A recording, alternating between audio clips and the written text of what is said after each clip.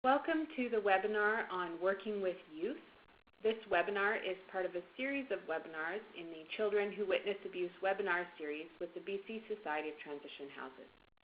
My name is Christy Delabure-O'Connor. And I'm Elizabeth Barbeau. This is Christy. I'm an instructor in the Child and Youth Care program at Douglas College, and I've worked in a variety of crisis response programs throughout my career in child and youth care. And this is Elizabeth speaking. My background is in education and also working in the anti-violence field. And I'm also currently on faculty at Douglas College in the Department of Child and Youth Care Counseling. We have several goals for the webinar today. Our first goal is to review the developmental tasks of adolescents and to discuss how to integrate this knowledge into your practice in anti-violence programs. Our second goal is to review evidence-based practice on adolescent relationship violence. And our third goal is to present potential topics and strategies for working with adolescents.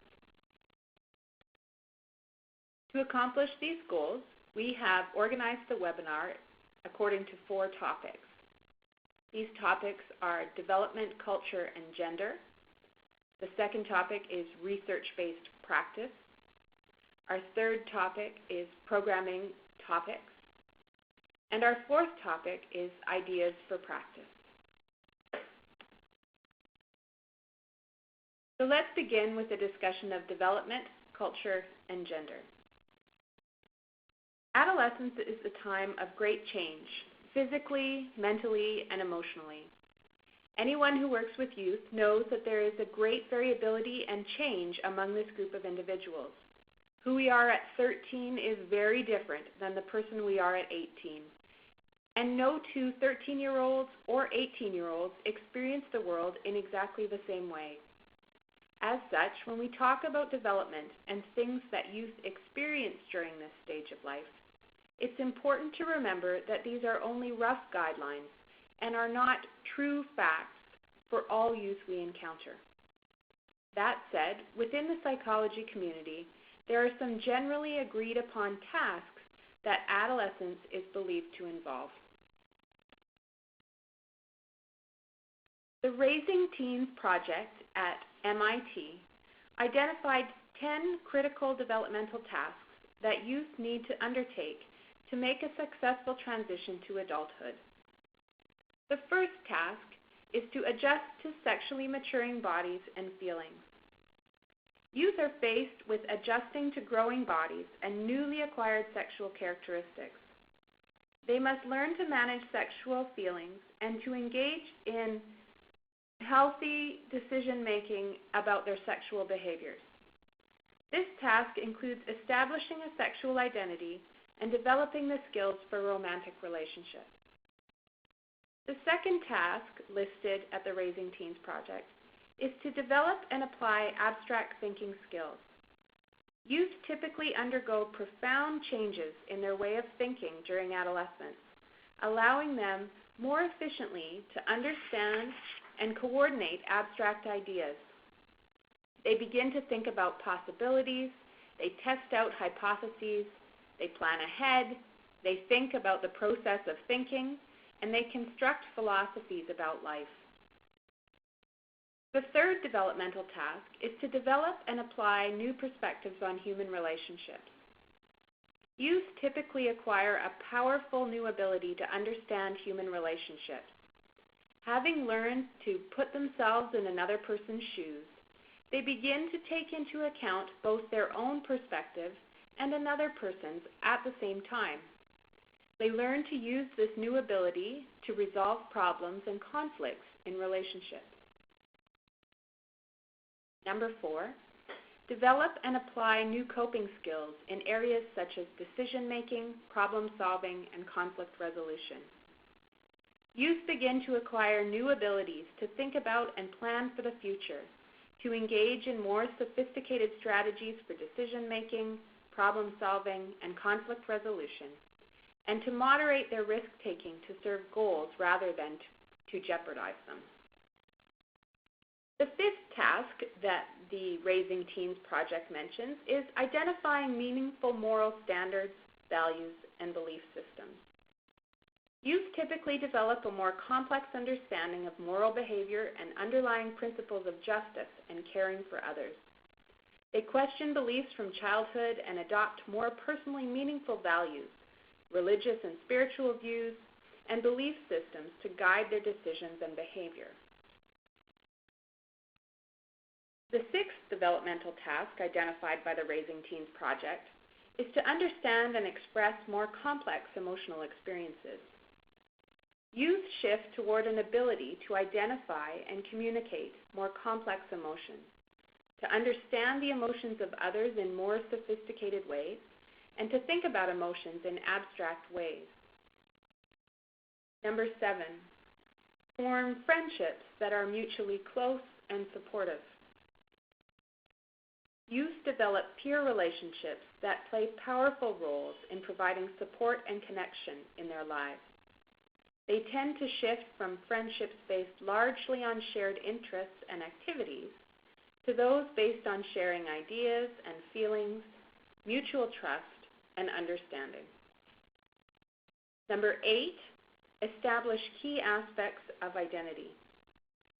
Forming an identity is a lifelong process, but crucial aspects of identity are typically forged during adolescence, including developing an identity that reflects a sense of individuality, as well as a connection to valued people and groups. Another part of this task is developing a positive identity around gender, physical body, sexuality, ethnicity, and if appropriate, having been adopted, as well as sensitivity to the diversity of groups that make up our community. Number 9, meet the demands of increasingly mature roles and responsibilities. Youth gradually take on the roles that will be expected of them in adulthood. They learn to acquire the skills and manage the demands that will allow them to move into the job market, as well as meet expectations regarding commitments to family, community, and being a citizen of their country. Number 10 is renegotiating relationships with adults in parenting roles. Although the task of adolescence has sometimes been described as separating from parents and other caregivers, it is more widely seen now as adults and teens working together to negotiate a change in the relationship that balances autonomy and connection. The emphasis on each depends in part on the family's community and their ethnic affiliation. Reviewing these 10 tasks, we are reminded of what complex and emotionally challenging work youth are engaged in. It is a time ripe with potential for positive role models to influence positive attitudinal and behavioral change in youth. For youth who have been exposed to violence, our capacity to role model healthy relationships with men and women is a key piece of our work. Youth are often very keen observers of the world around them. They use what they see as information about how to be and become.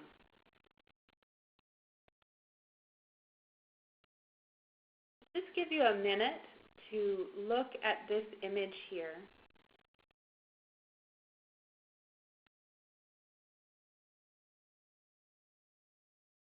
This image reminds us that youth are involved in a variety of systems and are influencing each one.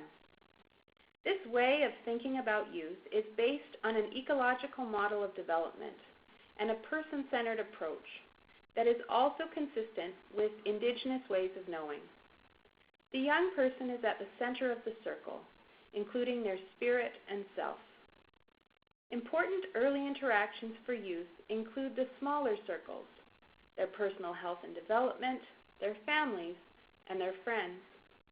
As they age, they grow to become members of the broader community through education and employment, engagement, and participation. And you can see at the bottom, this image was taken from a resource called Stepping Up that's produced by the Government of Ontario. We also need to think about the things that are missing from this image. Things like media influences, political and ideological ideas about women and safety, cultural rules about roles and expectations.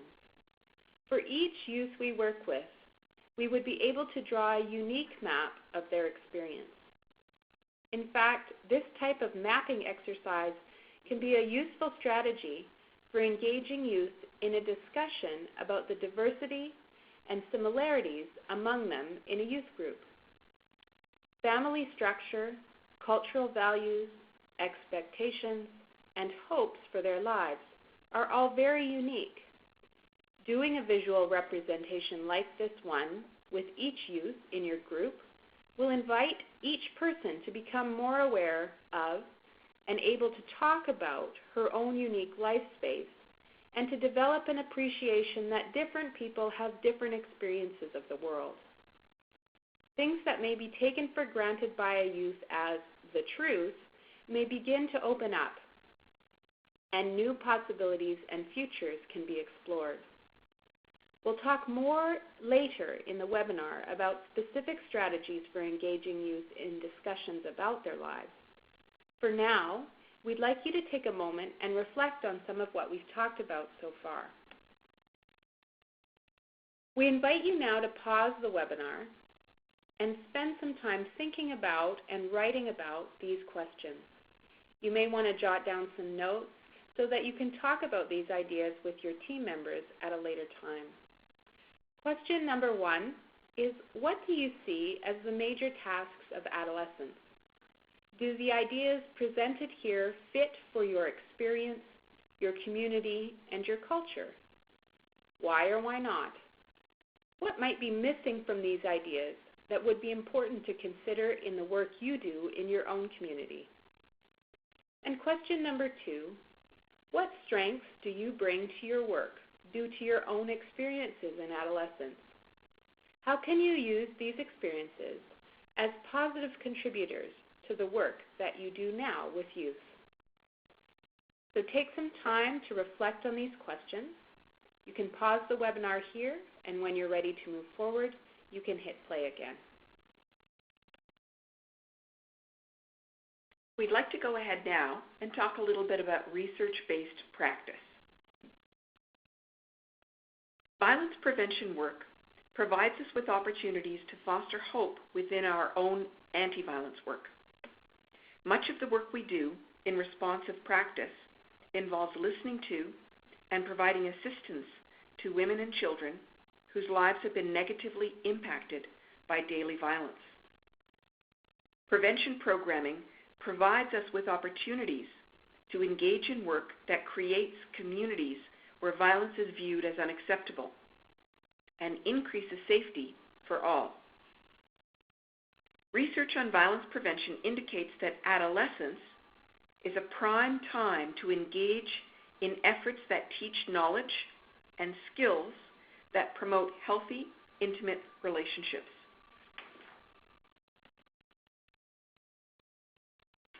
Hayes et al., in a 2011 research study, indicate that close to 75% of youth begin dating between the ages of 11 and 14.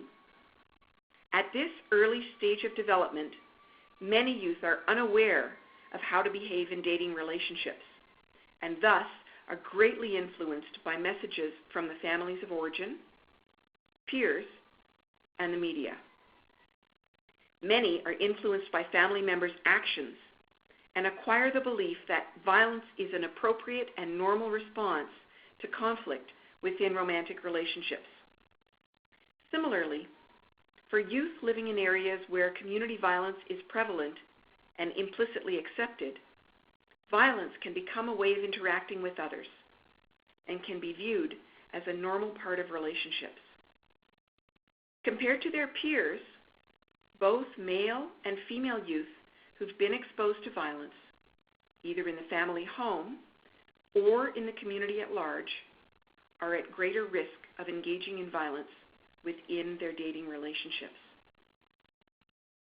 In addition to peers and community norms, media plays a role in determining what adolescents believe is normal within relationships. Specifically, adolescents may come to believe, through exposure to media messages, that violence is an acceptable way to resolve relationship problems. And I'll share with you a small example from my practice. I remember some years ago working with a young woman who, with her small child, had recently escaped a violent relationship. And while I was working with her, she began a new relationship with a young man who wasn't violent towards her. And I remember her saying to me with sort of a sense of wonder in her voice, "This guy never gets angry." And I said, "Well, what do you mean? He never gets angry? I mean, everybody gets angry sometimes." "No," she said, "he never gets angry. Sometimes what happens is I think he's about to get angry, and then he'll just say to me, 'I'm going to step outside and have a cigarette.' See, he never gets angry." And I said to her, "Dear, that's what it looks like for him to get angry. Just because somebody doesn't become violent doesn't mean they haven't become angry. He's just using appropriate ways to manage his own anger." This was completely new to her. She'd never imagined that somebody could become angry without becoming violent. So this is an example of an attitude that's really common among young men and young women that we work with. And we can help them see that there are other ways to be. Somebody can't change unless they can see the difference between the way they are and the way other people can be. So when we support them by showing them examples of nonviolent ways to manage anger and nonviolent responses to anger, then we're teaching them that there are new ways out there that they can move towards.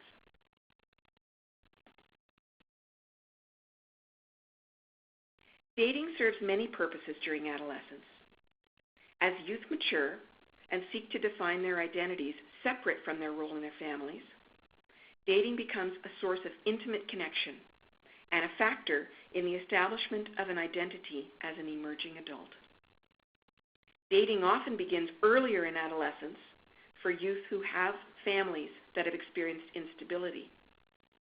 In this way, youth may be looking to their peers and dating partners to meet some of the intimacy and connection needs that may not be met within the family home. While youth may seek out dating relationships as a typical part of adolescent development, they may not yet have acquired the communication and conflict resolution skills that contribute to healthy romantic relationships. Thus, the risk for violent patterns of interaction to emerge at this stage is high. There's a lot of writing on this slide, so I'll just give you a minute to skim through it. Abusive or violent behavior in mid-adolescent dating relationships is typically defined as acts of physical aggression, intimidation, or coercion, which range from threats, pushes, and slaps, all the way to beatings and forced sex.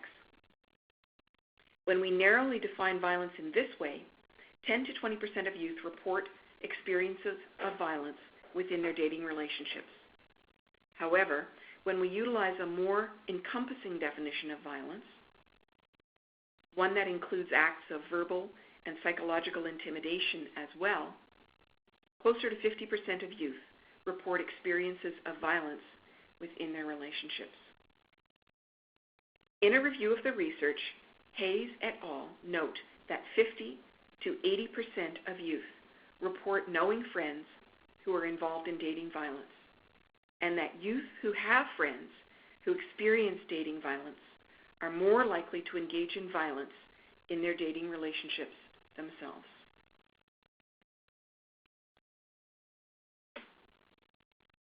Youth who have been exposed to violence in the past report more hostility, lower problem-solving effectiveness, and more aggression with peers and dating partners than youth who have not been exposed to violence. Similarly, youth who experience dating violence in adolescence are more likely to experience violence in their adult relationships. Intervening early with youth provides us with an opportunity to shift the trajectory for many of the youth we work with, providing them with skills and knowledge about how to navigate the complex world of intimate relationships. I'll invite you now to just take a moment to review the following chart.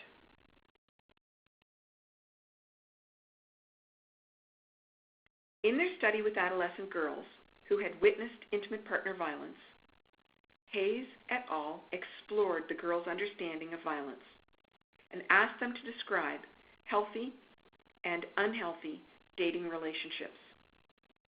Participants identified several components of healthy relationships, including openness, trustworthiness, honesty, a lack of pressure to become intimate, humor, attractiveness, a lack of physical abuse, independence, and kindness towards the environment and animals. These were noted as important to them. They also noted that conflict was a normal component of a healthy relationship. Conversely, participants characterized unhealthy relationships as involving addiction and abuse, which includes verbal, emotional, physical, and/or sexual, and physical, mental, and behavioral consequences of abuse, for example, STIs, depression, anger, disordered eating, substance misuse, addiction, and self-blame. They also noted the dynamics of power and control in unhealthy relationships.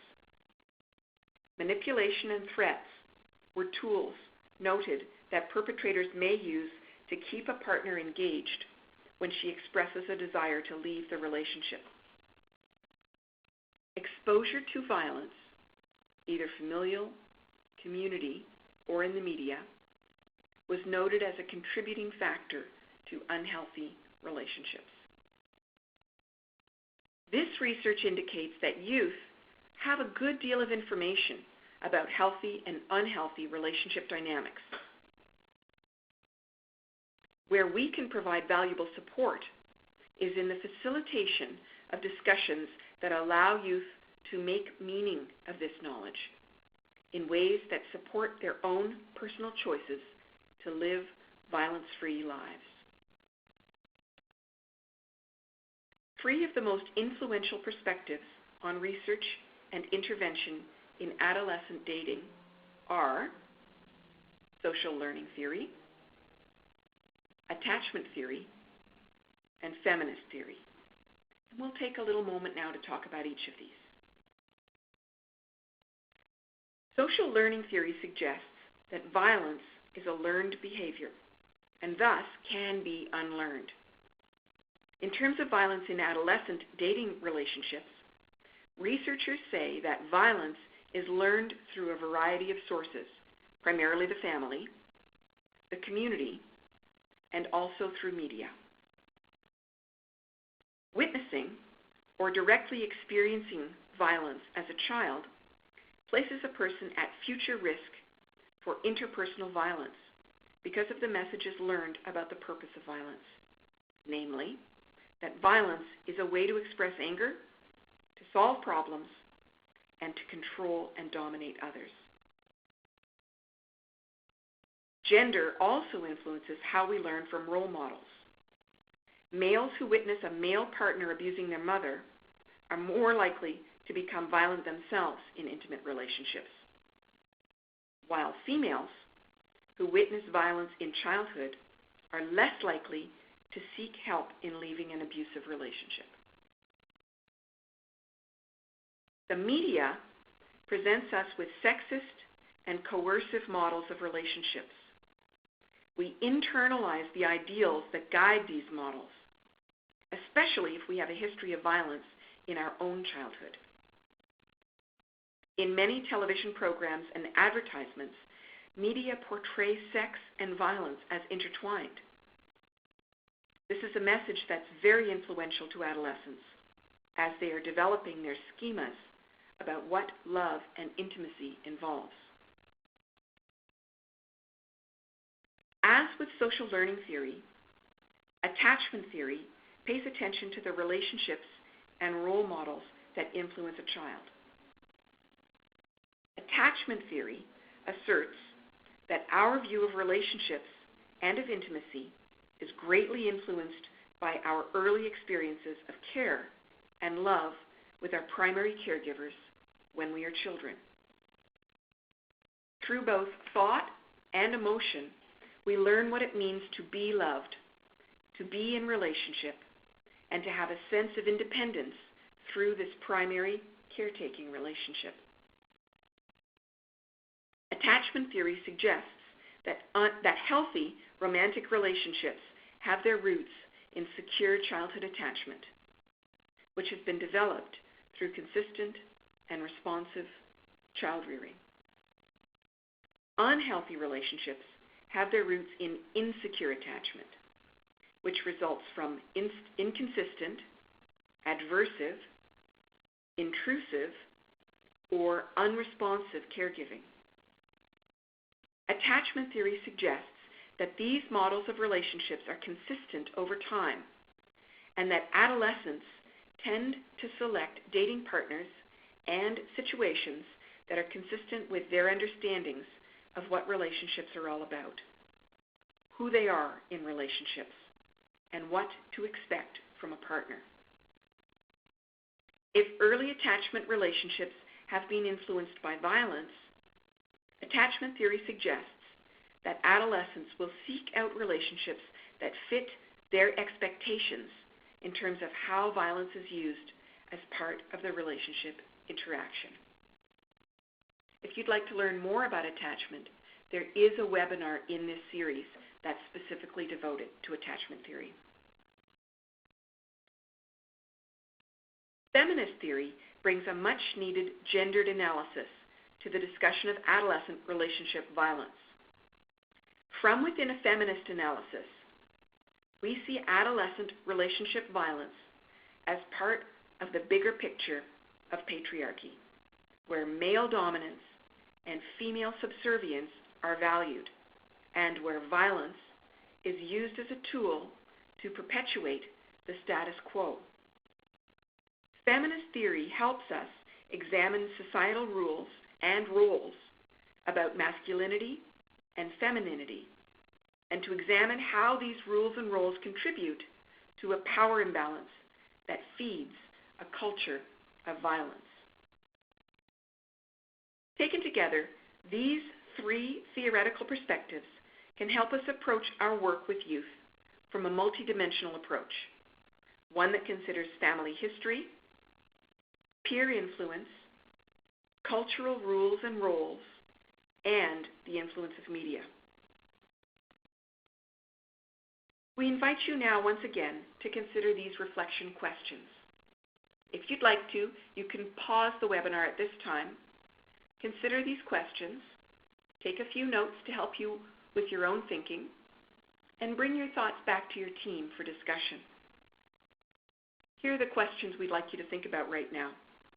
First, what is your sense of how prevalent relationship violence is among the youth that you work with? What types of violence do you see most commonly? Secondly, how do the youth you work with describe their relationships? How do the ideas presented in this section of the webinar fit or not fit with your experience of youth dating violence? Take a moment to think these things over, and when you're ready, you can join us on the next slide. Now that we've discussed the developmental tasks of adolescence and explored the topic of relationship violence at this developmental stage, let's move now to a discussion of topics that can guide your own discussions with youth. Best practices in violence prevention with adolescents involves a combination of teaching, information delivery, and opportunities to practice new ways of interacting with their peers. Many programs also involve a component of social action. hoping to engage youth's desire to make an impact in their community and do something with the knowledge and skills they are acquiring through their work with you. Programs often include the following topics.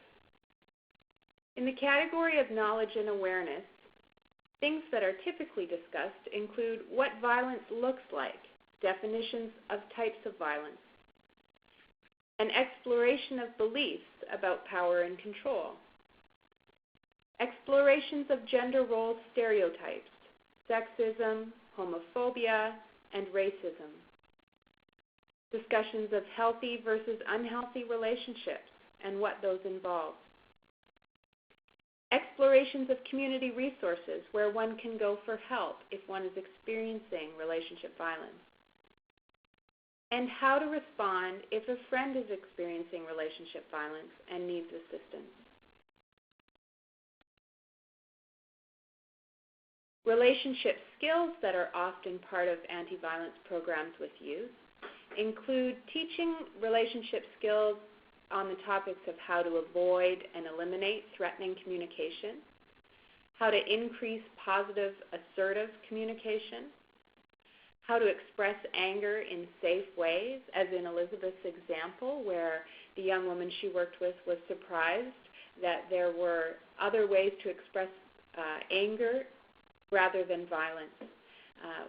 Making this part of our topic and giving youth the opportunity to practice expressing anger in safe ways helps them build this capacity not only within themselves but within their peer groups. It's also common to teach how to respond when someone behaves in ways that scare you. In addition to topics that focus on relationship violence, we also need to be prepared to discuss the multitude of other challenges and opportunities that adolescents face, things like substance use, body image and disordered eating, same-sex relationships, peer relationships, issues related to sexuality and sexual decision-making, including STI prevention, changing relationships with parents. These are just a few of the topics that youth may bring up with you. Hearing this list, we can often feel overwhelmed as youth workers and feel like we need to know everything about everything. It can be helpful to network with other service providers in your community. By creating a youth-focused working or network group, this can be a really great strategy for sharing resources and information. It also helps to stay connected to resources further afield.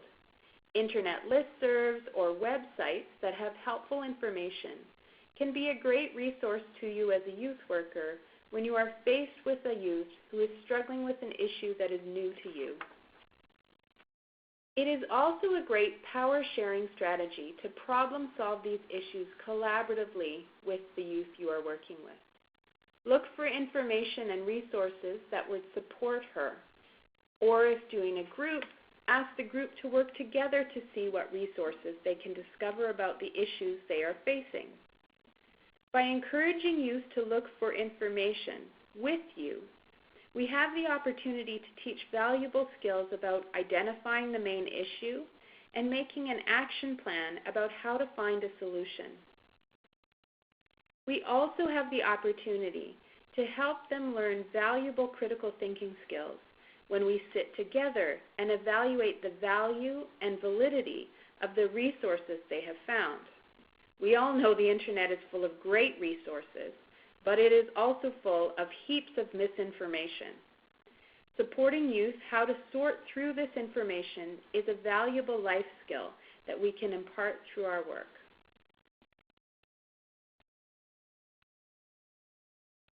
In terms of learning relationship skills, the following sequence can be useful in helping adolescents to learn these new skills. So the first thing that you might want to do is give an expert demonstration, and I can hear the chuckling from here about, I'm no expert. What I mean by this is that you give a demonstration of how this skill happens in ideal situation, right? and then give the youth an opportunity to practice that skill with some pretty heavy coaching from you as the facilitator. So they may do this in paired role plays or in a small group, with you providing some feedback to help them get better at the skill. The last part of the sequence is generalizability training, and this means taking the skill back into their actual lives and practicing it and trying it out there. So for example, let's say in a group session you were working with a group of youth about how to use I statements in their relationships to express their feelings to their partner. And so you would give a demonstration about how to use an I statement in a conflict situation. You would then give them the opportunity to practice using I statements in role plays within the group, and you would give them feedback and coaching about how to do that well. And then the last piece would be the opportunity for them to take that learning back into their actual relationship, try out those I statements, and then come back and debrief that experience with you next time. What was it like? What worked? What do they need more practice with? So relationship skills are not something we can just read about and suddenly integrate. We need the opportunity to practice them in safe environments. We need lots of feedback, positive feedback and encouragement, because it's hard to change our patterns of interaction. And we need the opportunities to practice them in our actual lives. I know I'm great at being assertive in role plays, but it can be very tricky for me to be assertive with someone who I perceive as having a lot more power than me. And so I need encouragement to try it out, and I need support and opportunities to talk about what worked and what didn't, and what I'd like to do differently next time. Giving participants the opportunity to role-play common scenarios they may encounter gives them a chance to work through their own possible responses and decide which ones fit best for them. For example, a role-play focused on consent and personal safety in sexual relations could be used to help participants practice communication skills like listening, empathy, emotional expressiveness, and assertive problem solving. Participants should walk away from the program with a good sense of what to do and where to get help.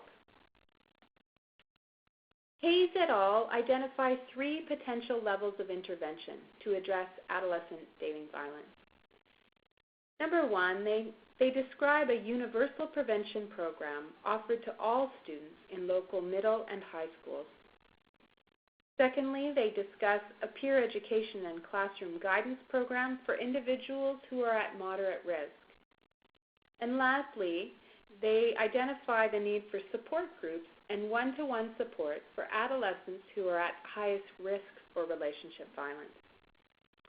Interventions should come from a strengths-based approach, one that seeks to identify internal and external strengths within each youth, focuses on activities to enhance self-esteem, and teaches effective problem-solving and conflict resolution skills.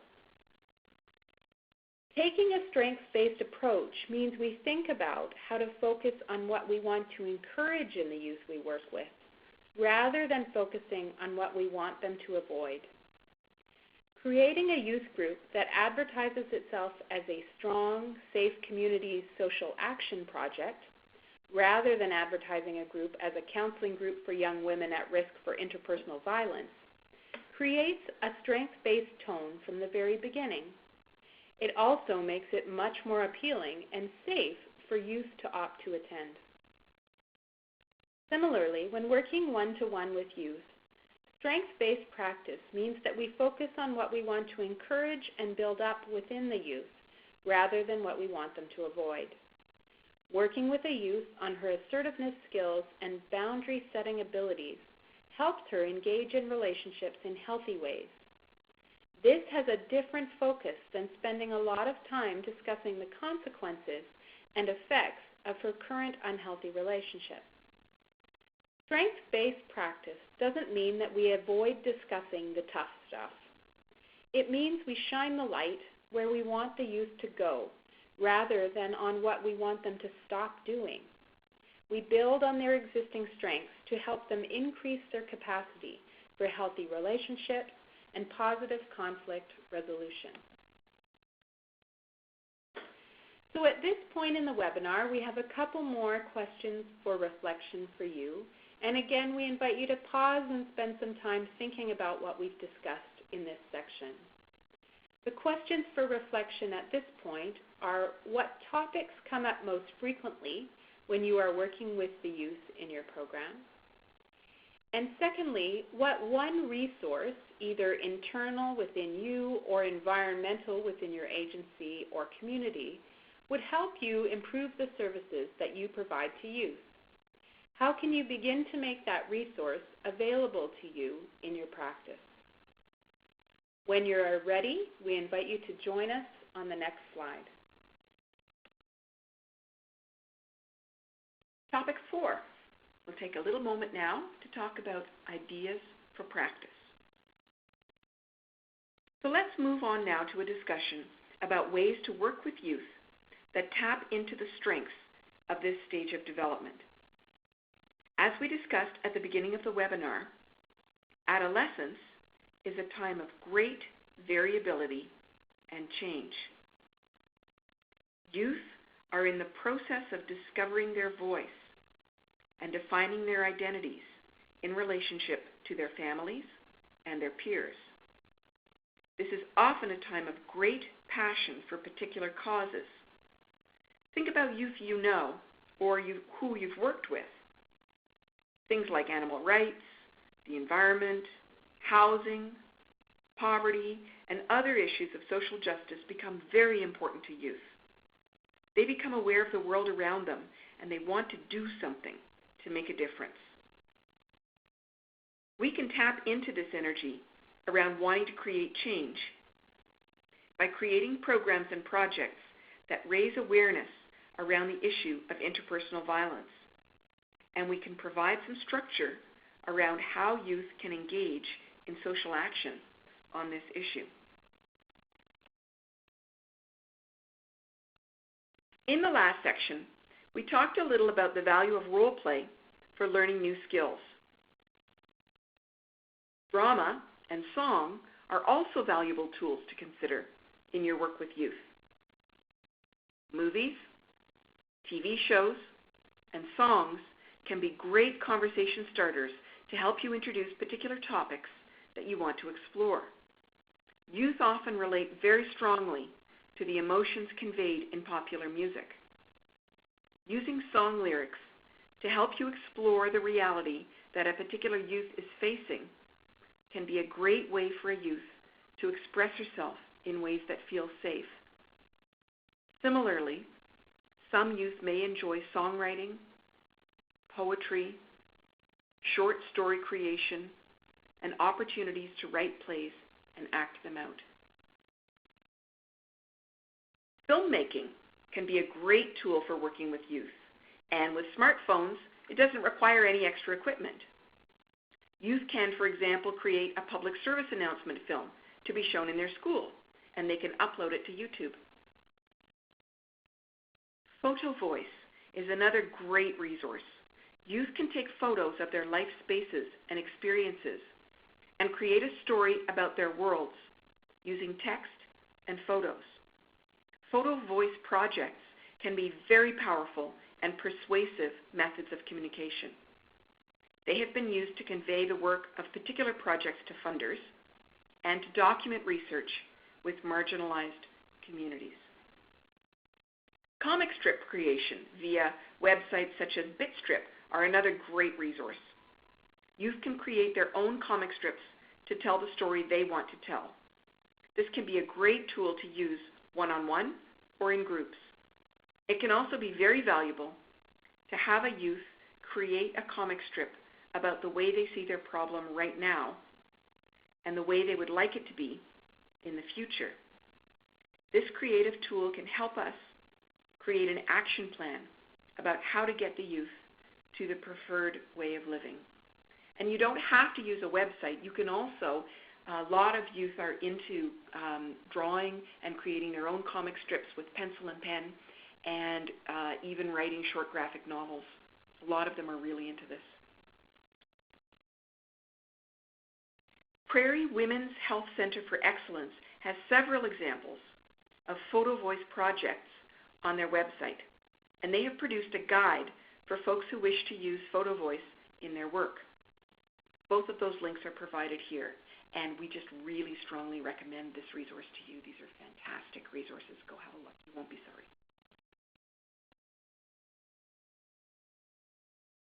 We now present you with our final set of reflection questions. So once again, we invite you to pause the webinar and have a good read through these questions and consider how you and your team might respond to them.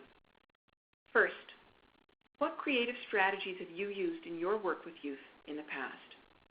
Which have been most effective and why?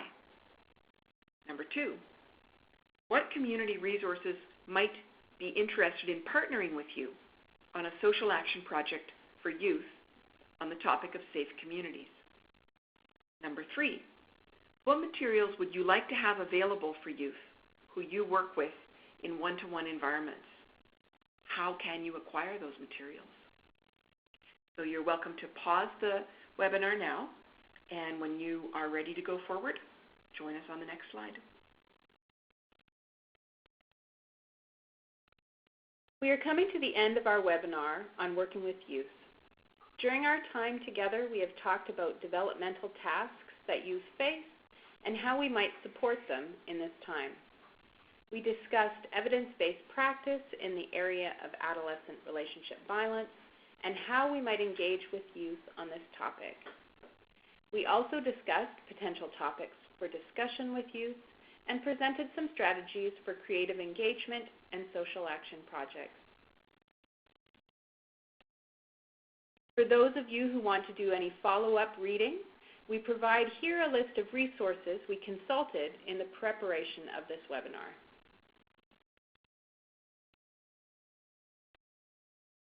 We hope you found this information useful. Thank you for sharing your time with us. Thank you so much.